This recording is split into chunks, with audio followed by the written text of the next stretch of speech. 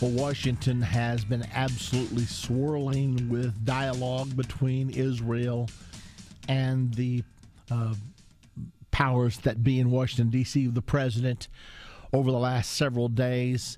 Already, the Defense Ministry, Ehud Barak, has been meeting with President Obama in preparation for the meeting between President Obama and Prime Minister Netanyahu, which actually took place just today.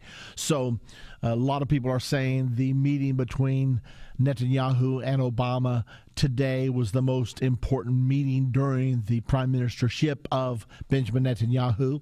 However, it appears that another event may have preempted that to some great degree, and that is President Obama's speech before IPAC, which of course is the American-Israeli Public Affairs Committee, which is considered one of the most powerful lobbying committees in the United States of America. It is actually the liaison between Israel and the United States of America. So a lot of incredible activity. And since Israel is so important in the prophecies of the Bible, all of these events have to have significance. So let's take a look now at what's actually going on, because it is tremendously important. Now, the focus of everything is Iran. Iran is moving to develop nuclear capability. The world community believes Iran is attempting to develop a nuclear weapon.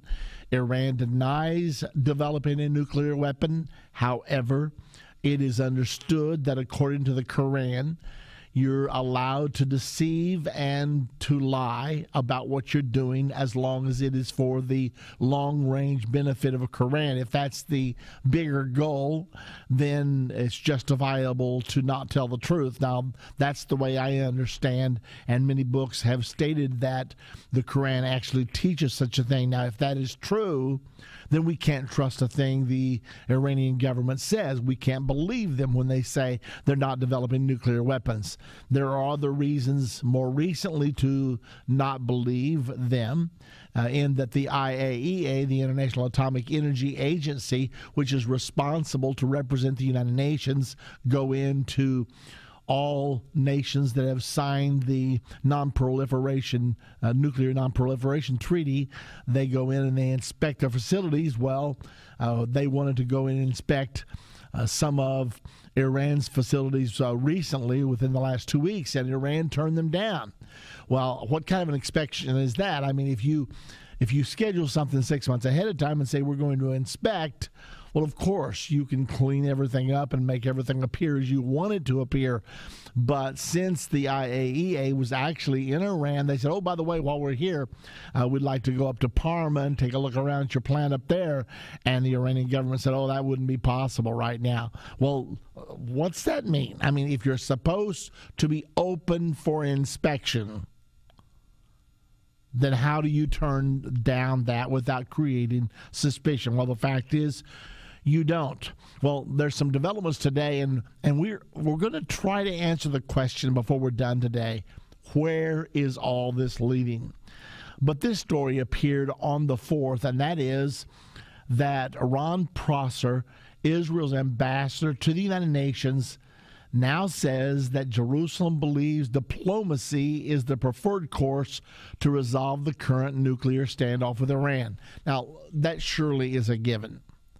I mean, anytime you have a choice between diplomacy and war, as long as there's a chance that diplomacy will work, of course, you choose diplomacy unless you're some kind of a maniac.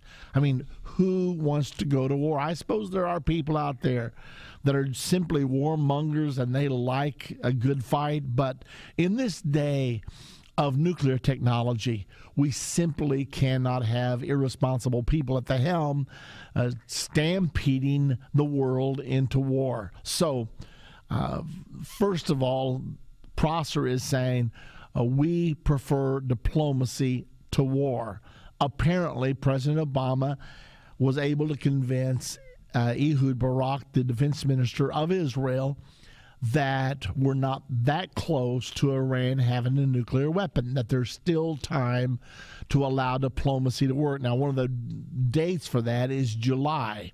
That's when the European powers are kicking in full economic sanctions against Iran's oil, when the sanctions are supposed to really bite. Now, what's going on in Iran in the meantime? Well, they're continuing to expand. They're continuing to move their facilities underground to try to make them immune from attack from the Israeli Air Force or the United States of America. So that's part of what is going on right now. They are also enriching uranium to the 20% level.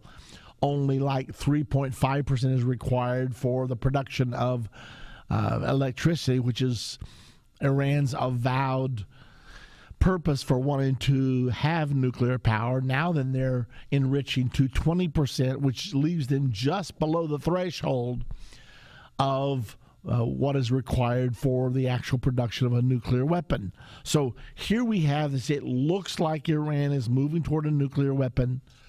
Israel is talking to the United States. Both of them understand nuclear power. They both possess nuclear weapons, even though Israel has never admitted to possessing nuclear weapons, yet she certainly does have, because she admits to having a nuclear reactor called, well, it's in southern Israel in the Negev desert. It's called Dimona. That's the location. They've had that plant many years. Most people estimate they have between 200 and 400 nuclear weapons ready to launch today. So the situation is, Israel understands the nuclear process. The United States, of course, understands the nuclear process, and they're watching while Iran is trying to discover everything, to build everything. They now have nuclear power. They now have centrifuges that are in the process of enriching uranium so that it would become to the point that it could be developed into nuclear power or into a nuclear weapon. So all these things are happening. In the meantime, the president of Iran has said repeatedly that Israel will be wiped off of the map. Now, he has never said, to my knowledge, that Iran will be the responsible party for doing it. However, Iran does fund Hezbollah, and Iran does fund Hamas, the two most bitter enemies of Israel, both of them unwilling to recognize the right of Israel to exist, and also vowing to remove the Zionist entity from the face of the earth. In the meantime, Iran is closely allied with Syria, which is one of Israel's bitterest enemies. They've refused to come to a peace agreement with Israel, even though Egypt did, even though Jordan did. Syria said, we will not do that. So that's where everything pretty much stands right now in the overview. Now, with all of that said, apparently Israel has decided, all right, we will agree that we don't have to attack in the next 3 or 4 months. We will agree to the U.S. timetable, waiting for July for these sanctions to kick in. Of course, once they kick in, then beyond that, you're going to have to give it time to work. How many months do you wait then? You got to give it time to work. Now you're going to be in July, August, September. Now comes the U.S. elections. What's going to happen there? Normally, you're not going to attack Iran a month away from the elections. So we'll just have to see how all that goes. But that's what's going on right now. Now, in the meantime, it's been disclosed that the Iranians have now put 15,000 troops in Syria to help Assad beat back the rebels that have risen up against the government of Syria. Also, the United States has said we're not going for a military solution in Syria. We will not invade militarily. Okay. Now, I've been talking here, trying to lay some foundation as to what all of this means, where we're going. We're going to go to the phones today, and if you'd like to be on the air with us, the number to call is 877 end time. And after we take a caller or two, we're then going to go to President Obama's speech before IPAC yesterday. It's going to be very interesting because to just see some of the things he had to say. Right now, though, let's get to the phones. And calling from Pennsylvania is Adriana. Hello. Is it Adriana or Adrian? It's Adrian, and thank you for taking my question. You're welcome. I was just listening to you now talk about the turmoil in the Middle East, and I was listening earlier to your DVD where you talk about the fifth trumpet, and I guess that refers to like Revelation 9:4-6. Yes. And I'm confused. I don't know if you could explain it a little bit more. Well, I think I can, Adrian.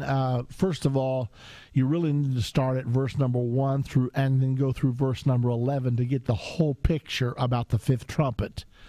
But the fifth trumpet sounds, and the bottomless pit was opened, and the smoke came out of the bottomless pit. It obscured the sky. It obscured the sun. So the sun was not seen. The sky was not seen. I'll never forget back in 1991 when Saddam Hussein had invaded Kuwait, hoping to take the oil riches of Kuwait and add them to the oil riches of Iraq. However, President Bush took exception to this. He launched a major effort against Saddam Hussein.